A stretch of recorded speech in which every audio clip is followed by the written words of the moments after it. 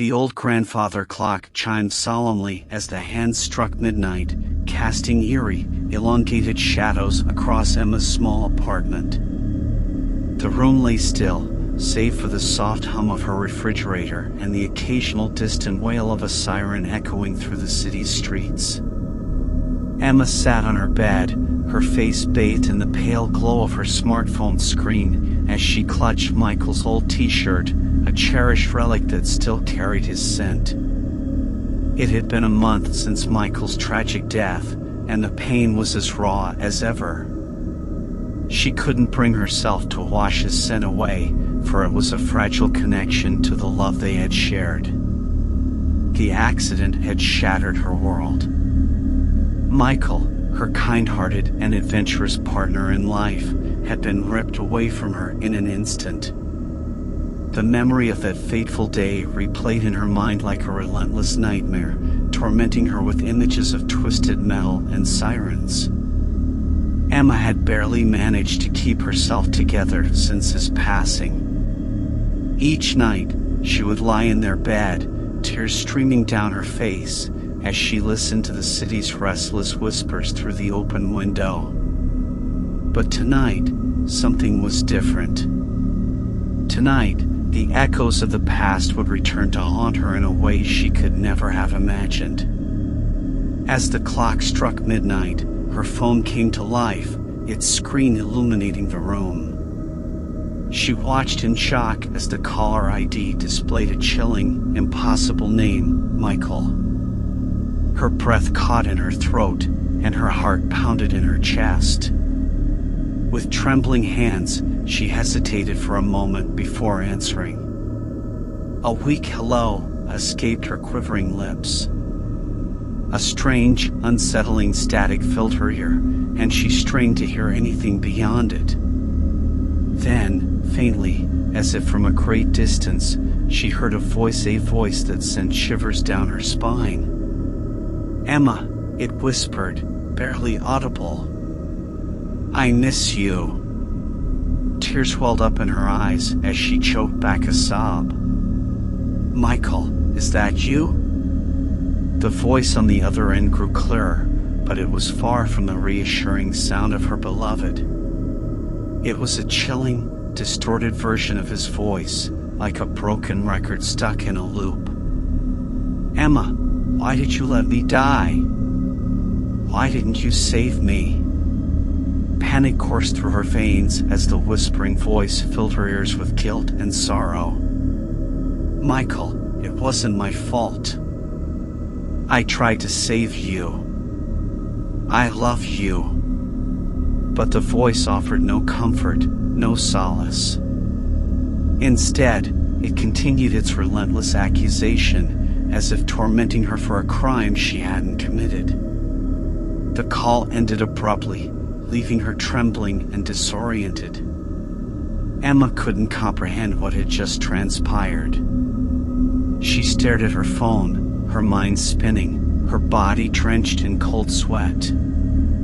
Could it really have been Michael? Or was it a cruel prank, a sick joke meant to further her suffering? As she tried to make sense of the call, her phone rang again, the name Michael once more displayed on the screen. Her heart pounded in her chest as she answered, hoping for answers, for closure. Michael, please, tell me what's happening, she pleaded. The voice on the other end grew more distorted, more chilling. You let me die. You let me die. You let me die. The words repeated like a sinister chant, sending waves of terror through her body. She couldn't take it any longer and ended the call, throwing her phone to the side, its screen splintering against the floor. For nights on end, the calls persisted, like a relentless torment. Every night, at the stroke of midnight, her phone would ring, displaying Michael's name. She would answer, hoping to find some closure, some sign that he was at peace. But each time, the voice on the other end grew more malevolent, its whispers filled with accusations and haunting questions. The sleepless nights took their toll on Emma. She withdrew from her friends, lost her appetite, and barely managed to function at her job. Her apartment grew cluttered with unwashed dishes and empty takeout containers, and the once vibrant spirit that had defined her had withered away. Desperate for answers, she began to research the paranormal. She read about spirits, hauntings, and the possibility of the dead reaching out from beyond the grave. Could it be that Michael was trying to communicate with her? Or was this a malevolent force using his memory to torment her? One evening, as Emma was browsing through an online forum dedicated to the supernatural, she came across a post about a renowned psychic, Madame Ilara, who lived in a nearby neighborhood. People spoke of her incredible abilities to communicate with the deceased, to bridge the gap between the living and the spirit world. With skepticism and fear in her heart, Emma decided to visit Madame Ilara's quaint little shop.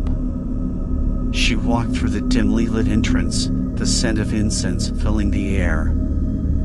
The shop was adorned with antique trinkets, crystal balls, and flickering candles that cast dancing shadows on the walls. Madame Ilara, a woman with wise, knowing eyes and silver hair, greeted her with a warm smile.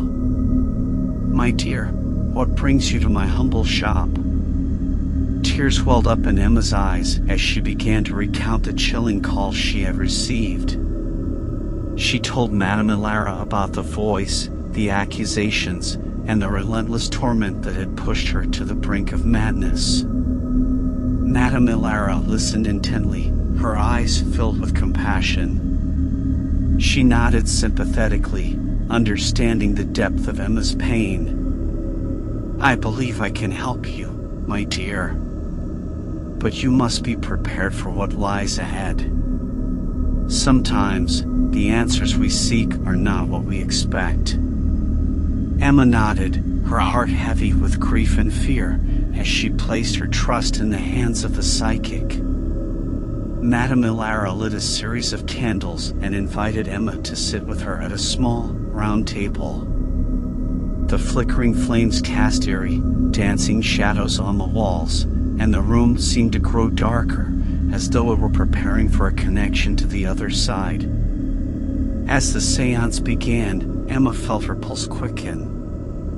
The room darkened, and a profound stillness settled over them. She could feel a cold breeze sweep through the room, and the atmosphere seemed to shift. Then, in the dim candlelight, a ghostly figure materialized before them, a spectral image of Michael. He appeared as he had in life, his face edged with a mixture of sorrow and love. "Michael!" Emma gasped, her voice filled with relief. "It's you!" The spirit nodded, his eyes conveying a depth of emotion that words couldn't capture. "Emma, I didn't want to leave you. But something is keeping me here, trapped in this darkness." Tears streamed down Emma's face as she reached out for him, but her hand passed through his ethereal form. "Michael, I love you. I miss you so much." The spirit's eyes met hers, filled with a sorrow deeper than any ocean. "Listen closely, Emma. You must find the truth about my death. Only then can we both find peace." Emma nodded, her heart aching with the weight of the task ahead. "I'll do whatever it takes, Michael. I promise." The seance ended, and Emma left Madame Ilara's shop with newfound determination. She began to investigate Michael's death, poring over old news articles, interviewing witnesses, and digging into the details of the accident. She knew it wouldn't be easy, and the path to the truth was shrouded in darkness, but she was willing to confront her fears and face the past. As the pieces of the puzzle came together, a chilling revelation emerged. Michael's death had not been an accident at all. It was murder, and someone close to him had orchestrated it. The realization sent shivers down Emma's spine as she uncovered a sinister plot that had torn her beloved from her side. With evidence in hand, Emma went to the authorities, leading to a thorough investigation and the eventual arrest of the person responsible for Michael's death. Justice was served, and the truth emerged from the shadows. As the trial unfolded, the malevolent presence that had tormented her seemed to grow weaker. The calls from Michael ceased, and with each passing night, her sleep grew more peaceful. It was as if by unraveling the mystery of his death, they had set him free. Emma's life slowly began to rebuild itself. She returned to work, rekindled her friendships, and found solace in the company of loved ones. Her apartment, once a place of despair, began to regain its warmth and vitality. She couldn't forget the torment she had endured, but she had also come to realize that sometimes the answers to our deepest questions lay hidden in the darkest of places. The experience had taught her that love could transcend even death itself, and sometimes it took confronting the darkest of secrets to find the light of truth and redemption. As Emma looked out of her window at the world bathed in the soft glow of the moon, she knew that she would forever carry the memory of her lover, Michael, in her heart. She would remember their love and the trials they had faced together, but she would also remember the strength she had found within herself to confront the unknown and seek justice for the one she had lost. In the end, she understood that the bonds of love could not be broken by death, and sometimes, love could even conquer the most malevolent forces that sought to tear it asunder. Emma had faced the haunting whispers of the past, and she had emerged from the darkness with a newfound resilience and an unshakable belief in the enduring power of love.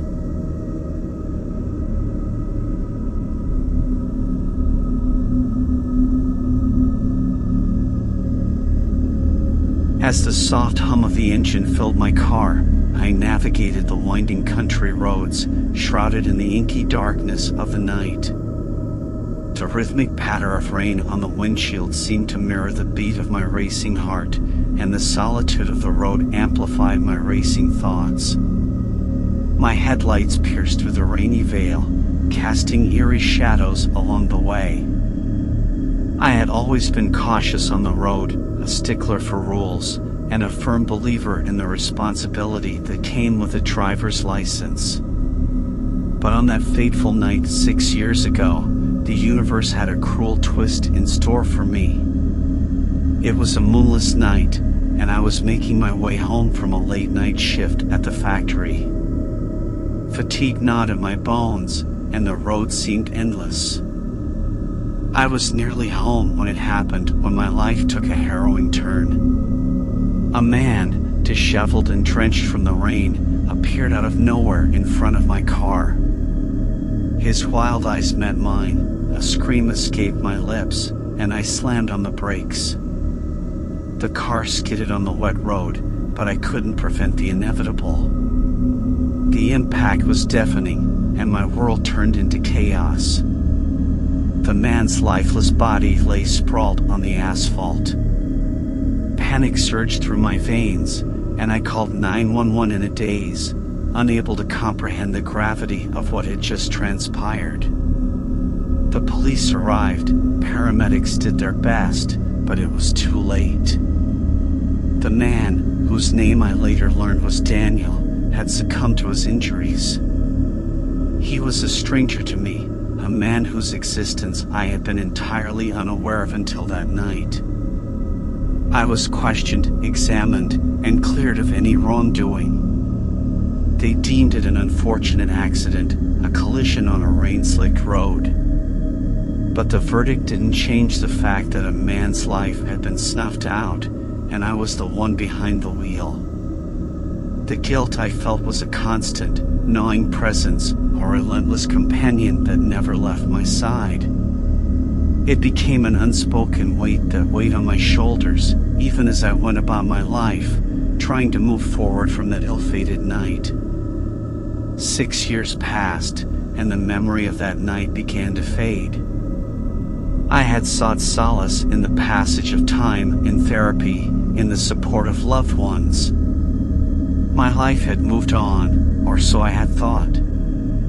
It began with a simple message on my smartphone, a beep in the middle of the night that pulled me from my slumber. The screen illuminated my dark bedroom, revealing the chilling words, "Why did you take my life?" I blinked at the message, my heart racing as I tried to make sense of the impossible. It was from an unknown number, and my first instinct was to dismiss it as a cruel prank, a sick joke meant to taunt me for an accident that had shattered my life as well. But the messages continued, each one more haunting than the last. "I still see your face when I close my eyes. I can't find peace. You took everything from me." It was as if a ghostly presence had invaded my world, a relentless, vengeful spirit that sought to torment me for a sin I could never forget.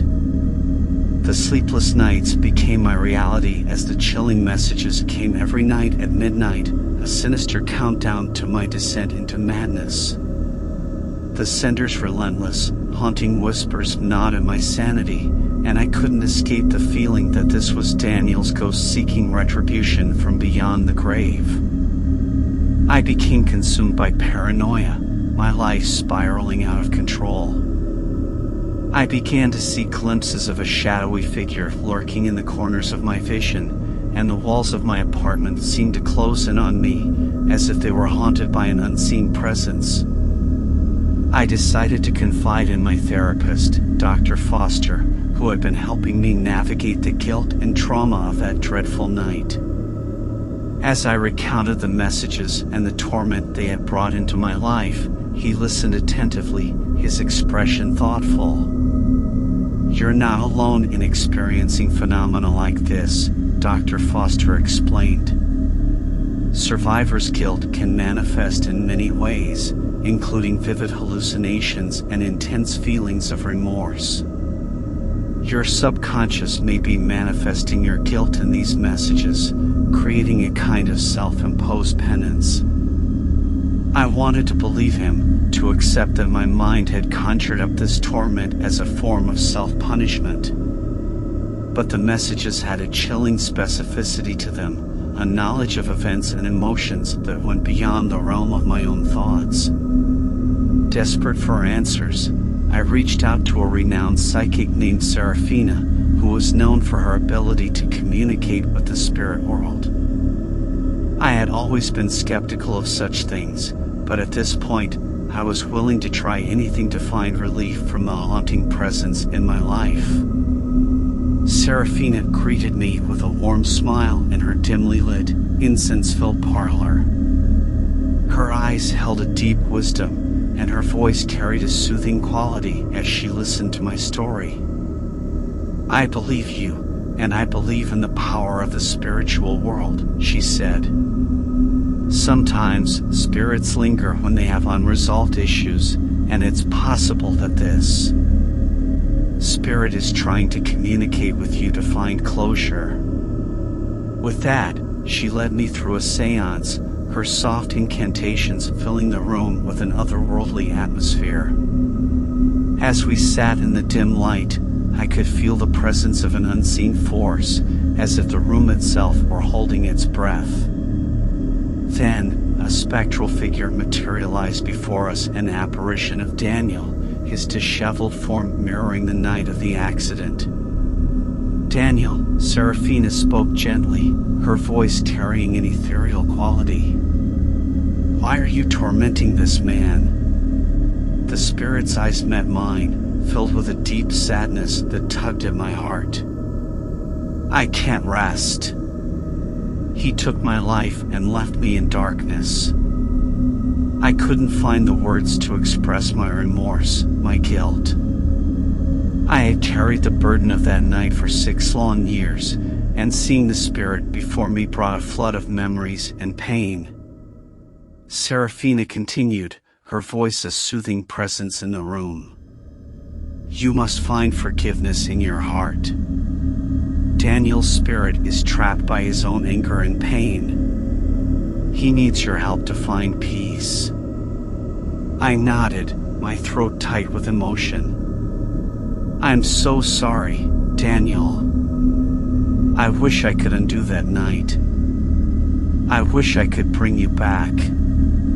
The spirit's form wavered, and for a moment, it seemed to be filled with a profound sadness. Then, slowly, it began to dissipate, fading into the ether, leaving behind an atmosphere of tranquility in the room. As the seance ended, I felt a mix of relief and sorrow. I couldn't change the past, and I couldn't bring Daniel back, but I had taken the first step toward acknowledging the pain he had endured. The messages stopped, and I found myself able to sleep through the night. The weight of guilt that had burdened me for years began to lift, and I started to find a semblance of peace. But the story doesn't end here. Several weeks later, I received a visit from an unexpected guest, an older man who introduced himself as Henry, Daniel's father. Tears welled up in his eyes as he spoke of the son he had lost 6 years ago. He explained that the pain of Daniel's death had driven him to the edge, and he had blamed me for the accident, unable to find closure or forgiveness.